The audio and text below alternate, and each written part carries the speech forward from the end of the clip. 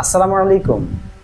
একজন ব্যক্তি দুইবারের বেশি প্রধানমন্ত্রী নয়, অন্তর্বর্তী সরকারকে মামুনুল হকের প্রস্তাব। অন্তর্বর্তী সরকারের প্রধান হিসেবে দায়িত্ব নেওয়ার প্রায় 4 সপ্তাহ পর রাজনৈতিক দল ও জোটগুলোর সঙ্গে মতবিনিময়ে বসেছেন প্রধান উপদেষ্টা ডক্টর মোহাম্মদ ইউনূস। মতবিনিময়ের প্রথমেই 7টি ইসলামী দলের নেতাদের সঙ্গে মতবিনিময় করেছেন তিনি। শনিবার 31শে আগস্ট রাষ্ট্রীয় অতিথি ভবন যমুনায় বিকাল 3টা থেকে চলছে মতবিনিময়।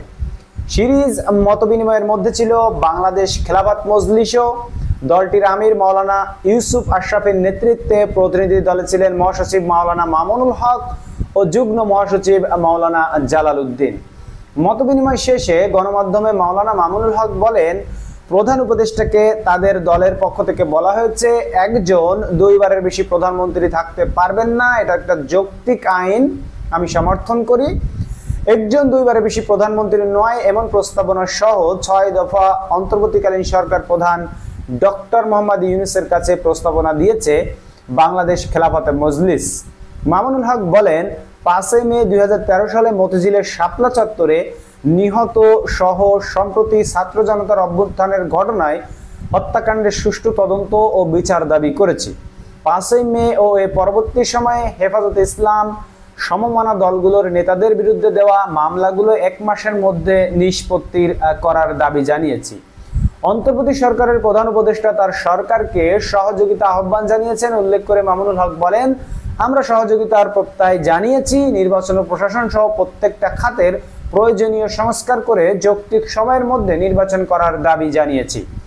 মতবিনিময় সভায় লিখিত আকারে বাংলাদেশ খেলাফত মজলিসের পক্ষ থেকে যে দাবিগুলো দলটির মহাসচিব মোহাম্মদ মামুনুল হক প্রধান উপদেষ্টা বরাবর লিখিতভাবে প্রস্তাবন করেছেন তা হলো প্রয়োজনীয় সংস্কার করে নির্বাচনের ব্যবস্থা করা, নির্বাচন সংক্রান্ত সংস্কার, নির্বাচন বিধি সংক্রান্ত সংস্কার, সাংবিধানিক সংস্কার। বর্তমান সংবিধানে প্রধানমন্ত্রীকে প্রদত্ত একচ্ছত্র ক্ষমতা স্বৈরতন্ত্রের জন্ম দেয়, তাই এই ক্ষমতাকে বিকেন্দ্রীকরণের মাধ্যমে ভারসাম্য সৃষ্টি করা।